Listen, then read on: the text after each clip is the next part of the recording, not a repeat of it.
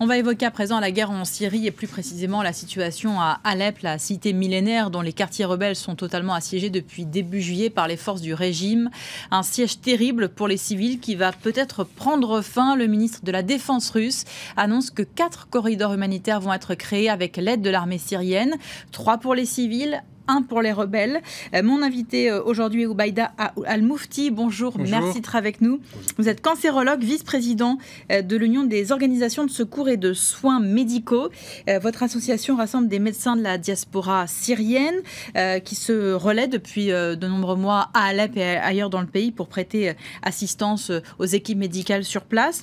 Sur votre site, vous lancez notamment un appel aux dons pour reconstruire un centre de santé primaire qui a été détruit fin avril à Alep. Je voudrais qu'on regarde l'adresse internet pour tous ceux que ça intéresse. Voilà, www.aavs-asso.org. On peut faire des dons. J'ai regardé en ligne comment ça se passait. D'abord, votre réaction à cette annonce de la Russie qui dit créer 4 corridors. Vous y croyez ? On a envie d'y croire, effectivement, avant tout, parce qu'évidemment, depuis des mois, et nous, on lance des appels pour qu'il y ait une vraie volonté de séparer les deux voies, la voie militaire et la voie humanitaire dans cette guerre en Syrie. Vous savez très bien que dans toutes les guerres, il y a toujours, normalement, il faut qu'il y a une séparation de cette voie, qu'il faut laisser les humanitaires et le personnel médical travailler correctement. Malheureusement, cette convention de Genève qui était lancée depuis des années n'était pas du tout respectée en Syrie. Et ça, c'était vraiment depuis le premier jour de la guerre en Syrie. Donc nous, on a envie d'y croire, on a envie vraiment de voir comment ça va se passer les prochains jours, et on va mettre tout en œuvre pour que ces couloirs humanitaires seront fonctionnels et efficaces. Là, ça veut dire que depuis le 7 juillet, je crois, il n'y a plus aucune aide qui rentre dans Alep. Ça veut dire que les médecins de votre association qui sont à l'étranger ne peuvent pas aller dans Alep, c'est ça ? Vous savez, ils ne peuvent pas aller d'Alep depuis longtemps parce que c'est un peu compliqué aujourd'hui d'aller à Alep.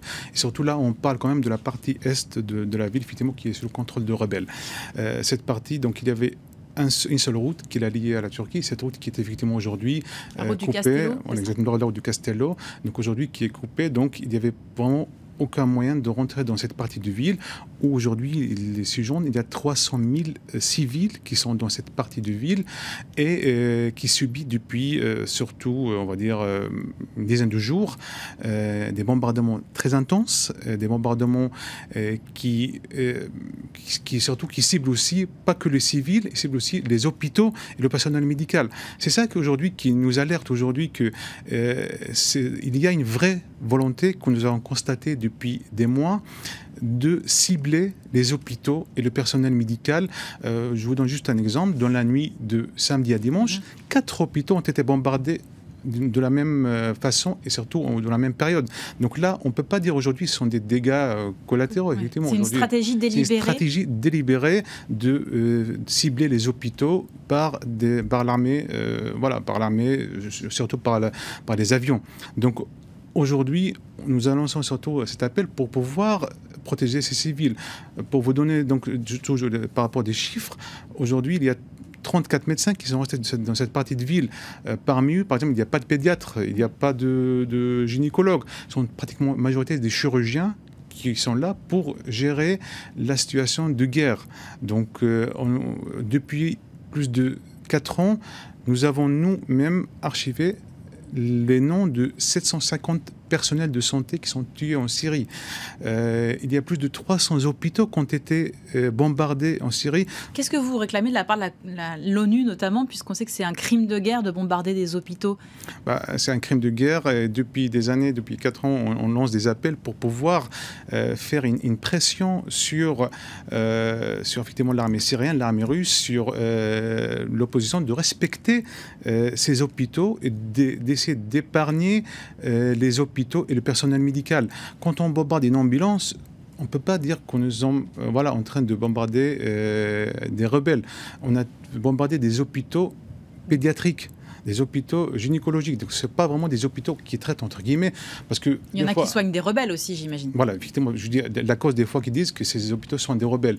Mais quand on parle d'un hôpital comme l'hôpital Al-Quds, qui était soutenu par MDM au mois d'avril dernier, cet hôpital était bombardé, et c'est connu, cet hôpital, pour les enfants et les femmes enceintes. Donc on ne peut pas dire que là, il y a on bombarde ces hôpitaux pour pousser les gens à fuir ces régions-là, et ce qu'on a constaté depuis un bon moment. Merci beaucoup, Obaïd Al-Moufti, d'être venu sur notre plateau. J'ajoute la réaction à l'instant de l'envoyé de l'émissaire de l'ONU, Staffan de Mistura, qui dit qu'il est prématuré encore de faire des commentaires par rapport à cette proposition de la Russie d'installer des corridors humanitaires pour les civils et pour les rebelles à Alep. Merci encore. Je vous en prie.